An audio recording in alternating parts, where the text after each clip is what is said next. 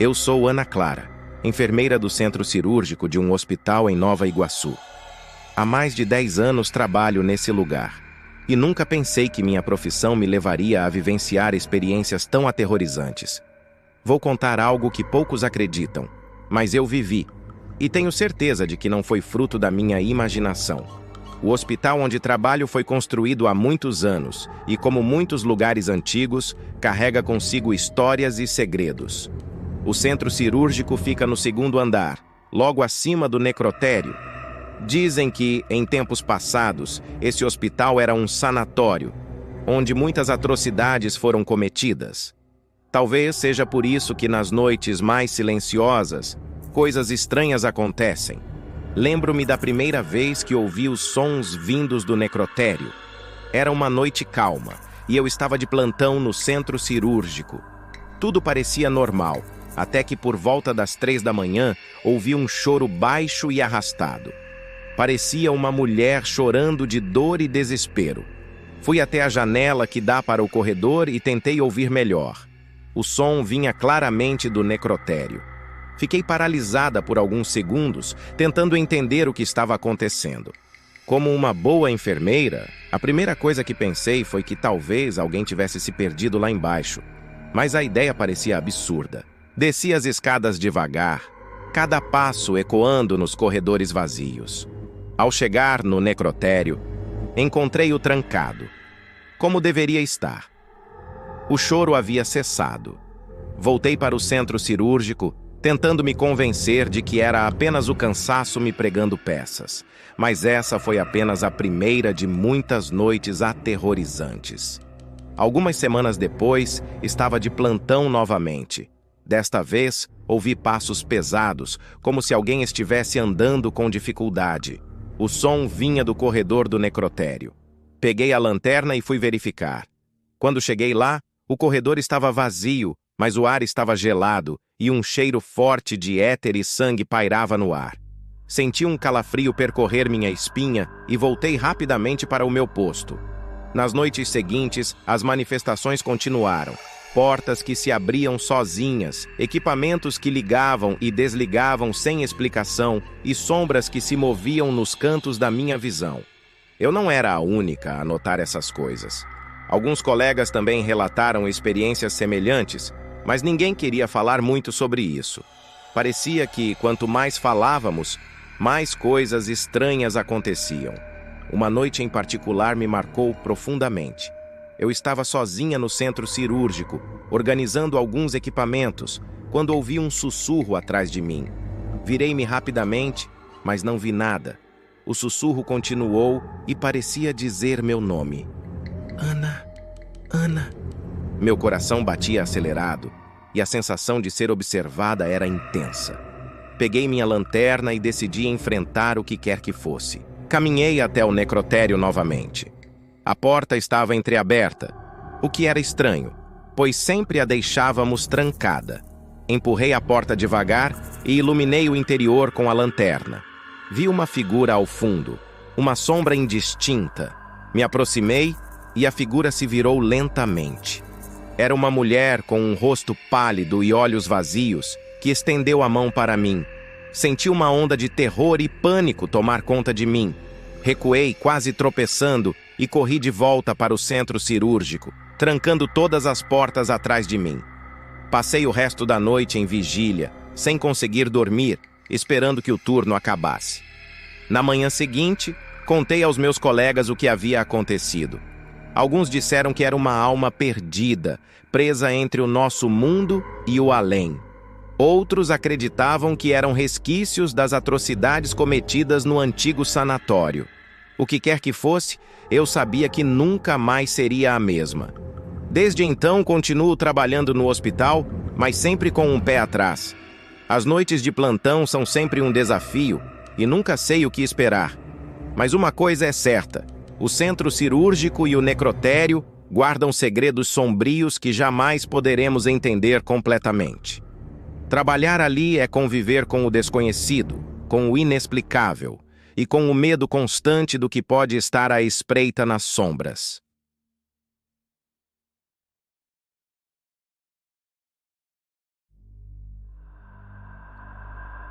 Meu nome é Rachel, e o que vou contar aconteceu enquanto eu estava na UTI de um hospital na Califórnia.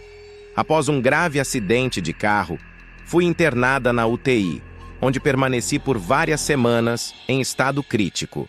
Apesar dos ferimentos, estava consciente na maior parte do tempo, e foi assim que vivi a pior experiência da minha vida. Lembro-me de uma tarde em que uma jovem garota foi trazida às pressas para a UTI. Ela havia sofrido uma parada cardíaca súbita e, apesar dos esforços frenéticos da equipe médica, não resistiu. Vi toda a cena do meu leito, incapaz de fazer qualquer coisa.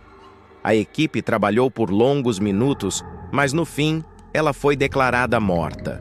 Após sua morte, uma sensação estranha começou a se espalhar pelo ambiente. Era como se o ar tivesse ficado mais denso, carregado com uma energia que eu não conseguia explicar. Os monitores e equipamentos ao redor começaram a falhar, exibindo números sem sentido e alarmes que disparavam sem motivo. Naquela noite, fui acordada por um som abafado. Olhei ao redor e vi que os outros pacientes estavam dormindo ou sedados. O som parecia vir do leito onde a garota havia morrido. Era um choro baixo e contínuo, quase imperceptível, mas definitivamente presente. Tentei chamar uma enfermeira, mas minha voz saiu fraca e ninguém veio. Os dias seguintes foram ainda piores. Objetos começaram a se mover sozinhos. Vi seringas deslizando lentamente das mesas, como se uma mão invisível as empurrasse. As cortinas ao redor dos leitos balançavam sem razão e um frio intenso tomava conta da sala à noite. Os outros pacientes começaram a relatar pesadelos horríveis, todos envolvendo uma garota de cabelo longo e escuro, com um olhar vazio e desesperado. Uma noite, acordei e vi uma figura ao pé do meu leito. Era a garota. Ela estava pálida, com os olhos arregalados e fixos em mim. Sua boca se movia, mas não saía som algum. Eu estava paralisada de medo, incapaz de desviar o olhar. De repente, ela desapareceu, mas a sensação de terror permaneceu. As manifestações continuaram a se intensificar. Os pacientes começaram a ficar agitados e alguns até precisaram ser sedados para manter a calma. Uma enfermeira relatou ter visto a garota no espelho do banheiro apenas para virar e não encontrar ninguém. Os médicos tentaram explicar os eventos como alucinações causadas pelo estresse e medicação, mas sabíamos que havia algo mais. Minha última noite na UTI foi a pior de todas. Acordei com a sensação de que algo estava me pressionando o peito. Abri os olhos e vi a garota em cima de mim, suas mãos frias apertando meu pescoço. Tentei gritar, mas não conseguia emitir som algum. Sua expressão era de puro ódio e tristeza, como se quisesse me arrastar com ela para o abismo. Felizmente, uma enfermeira entrou no quarto naquele momento e a figura desapareceu. Fui transferida para um quarto particular no dia seguinte, e os fenômenos cessaram imediatamente. Outros pacientes relataram experiências semelhantes após minha saída, e a lenda da garota da UTI começou a se espalhar pelo hospital. Até hoje, não sei o que realmente aconteceu naquela UTI. Acredita-se que a garota, morta de forma tão súbita e trágica, ficou presa entre este mundo e o próximo, buscando desesperadamente por ajuda ou vingança. Não importa o quanto os médicos tentem racionalizar, sei o que vi e senti. O terror daquela UTI é algo que jamais esquecerei, um pesadelo que ainda me assombra todas as noites.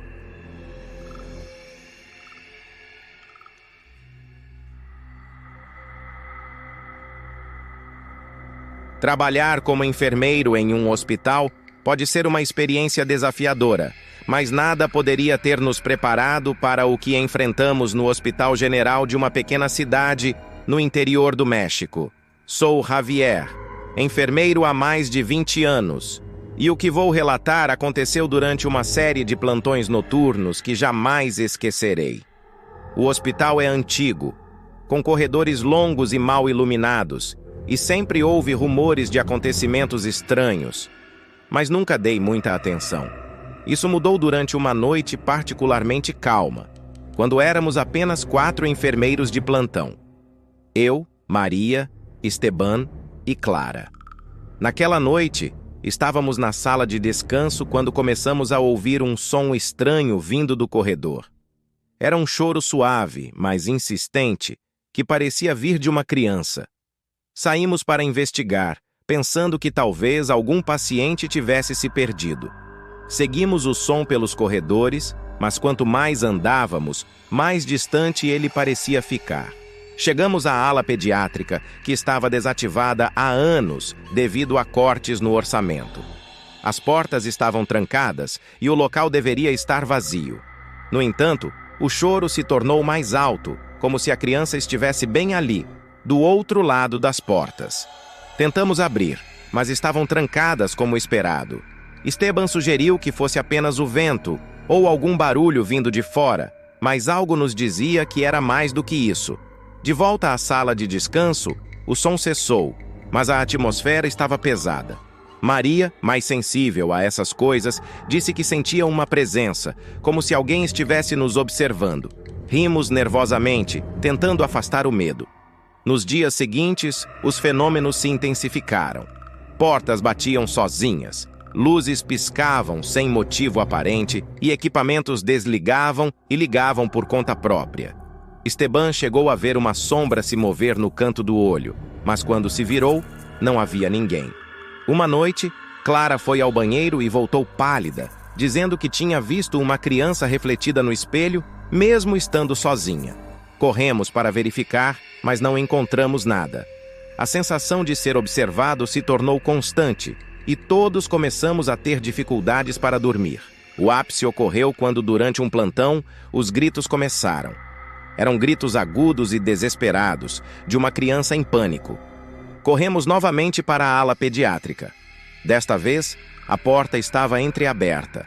Algo impossível, já que tínhamos verificado que estava trancada. Entramos com cautela, e o choro parou de repente. As janelas estavam fechadas, as camas cobertas de poeira, e o ambiente parecia congelado no tempo. No fundo da sala, vimos uma pequena figura. Era uma criança, uma menina, vestida com um antigo vestido hospitalar. Seu rosto estava pálido e seus olhos grandes e cheios de tristeza. Ela estendeu a mão, mas antes que pudéssemos reagir, a figura desapareceu diante de nossos olhos, deixando um frio cortante no ar. Maria, tremendo, sugeriu que aquilo fosse o espírito de uma criança que havia morrido ali há muitos anos, presa naquele lugar por algum motivo desconhecido. Esteban, que sempre foi o mais cético, estava em choque.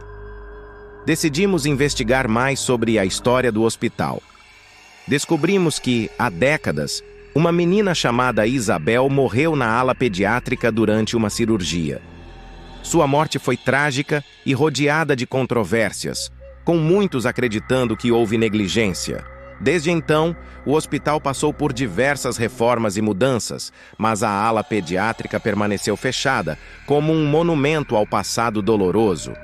Voltamos para a sala de descanso, mas nada parecia capaz de acalmar nossos nervos.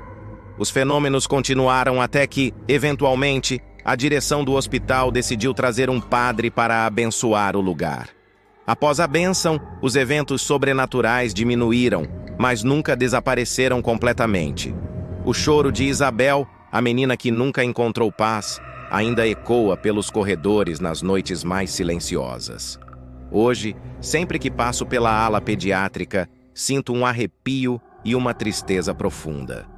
Isabel se tornou parte do hospital, uma lembrança constante do que aconteceu e do que ainda pode estar à espreita nos corredores do hospital. Trabalhar aqui é conviver com o inexplicável e o desconhecido, em um lugar onde o passado nunca realmente se foi. Não se esqueça de se inscrever no canal e deixe seu like. Ative o sininho para receber as notificações dos novos vídeos. Obrigado!